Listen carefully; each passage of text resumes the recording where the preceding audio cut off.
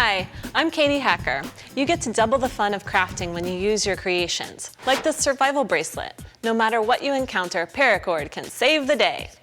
Look at how great these are. You can make them in multiple colors, and it's a very simple process. There are just a few things that you need to know to get started. But let me tell you about the materials. You'll need some thin parachute cord, and you'll need 2 colors that are 4 feet long, or you can have one piece that's 8 feet long. Then you'll need a buckle clasp and some craft glue, and you'll also want either a paper clip or a little crochet hook. So before you begin, you'll want to ask a grown-up to fuse 2 ends of your 4-foot cording together. That's so that you can use the 2 different colors. If you don't have a grown-up who can do that for you, then you need to just use one long piece that's 8 feet, that's all one color. All right, then you are ready to get started. And the first thing you do is pass the center. It's a little bit off center, but I folded the cording so that that melted part is just a couple of inches down, and pass it through half of the clasp. And then you're going to make what's called a lark's head knot. Now, what's a little bit different about this lark's head knot is normally you would just pass all of your cords through that loop and pull it tight, but to cover a little bit more of the clasp and to make it a little bit more secure there, we're going to just take those ends and pass them through the clasp again. So you'll bring your cording end all the way up around the clasp and bring it through.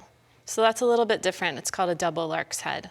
And you do it with both ends of the cord so that it's nice and secure. So there's one end, and then you're going to bring your other end around the back of the clasp and through the front so that you can fasten it tightly against that side of the clasp. So you'll just press it through your loop and bring that down. So there's our first connection. And you can see the fold where the connection point right there is kind of underneath the fold of the knot. That's just fine. Now what you're going to do is click it in to half of your clasp. And if you're not using a bracelet maker like this, you can just pin it down to your work surface. But you'll want to use the same process to connect your ends. So now we're going to make that same type of knot to connect it to the other side. You'll just pass your cording through the clasp, around the edge of the clasp like that, and then bring it around and bring your end up through. And this is a way of making a lark's head knot that's a little bit different, but it makes it look really good when you're done. So pull this tight to fasten your base of one side of your bracelet. Then the other side, you're going to do the same thing. Bring the cording through the clasp and pull it all the way through. Then around the top of the cording and back through the buckle to attach it at this end. All right, so we'll just pass it through here and get it through the loop. And you want to make sure that these strands are pretty tight. That's the length of your bracelet, and you can see I'm working on a 7.5-inch bracelet here measurement. So to start our stitch, what we'll do is make sure that your strands are on the outside, and then all you do is weave under and over the middle strands. So this one goes over the yellow, under the purple, and around like that. And if you press it down every time, then you'll see your pattern start to develop. So over the purple, over the yellow, and then over the purple. And this is called a zipper pattern. And you keep pulling everything tight.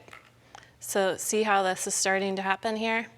So now we're going to bring our yellow over, and then under, like that, and around, like that, and you get this zipper effect. So the colors are all laying right next to each other. So now we're going to do purple, over, under, and around. Keep pulling everything tight to make your zipper. And you just keep going until you get all the way to the end. So here's my piece that I wove all the way to the end, and you can see I worked it so that both cords are coming out opposite sides. Now I'm going to turn this around and tie a square knot. So the square knot is just over, under, and up through the loop. And then you do the same thing the other direction, over and under and up through the loop, like that. And then pull this all tight. And then you're going to take your bracelet off of the bracelet maker, turn it over to the back. You can see I have quite a bit of extra cording here. So now what I'm going to do is use either a paper clip or a hook to pull one of these loose and then pass the cording up through that loop here so that I can tighten it all down.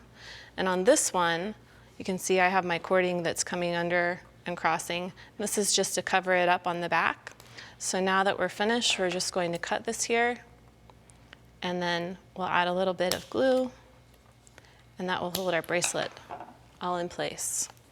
So we'll add our glue right to the ends here, and we'll let that dry. And you could do this in your school colors or your favorite colors, and these are going to make great gifts for all of your friends.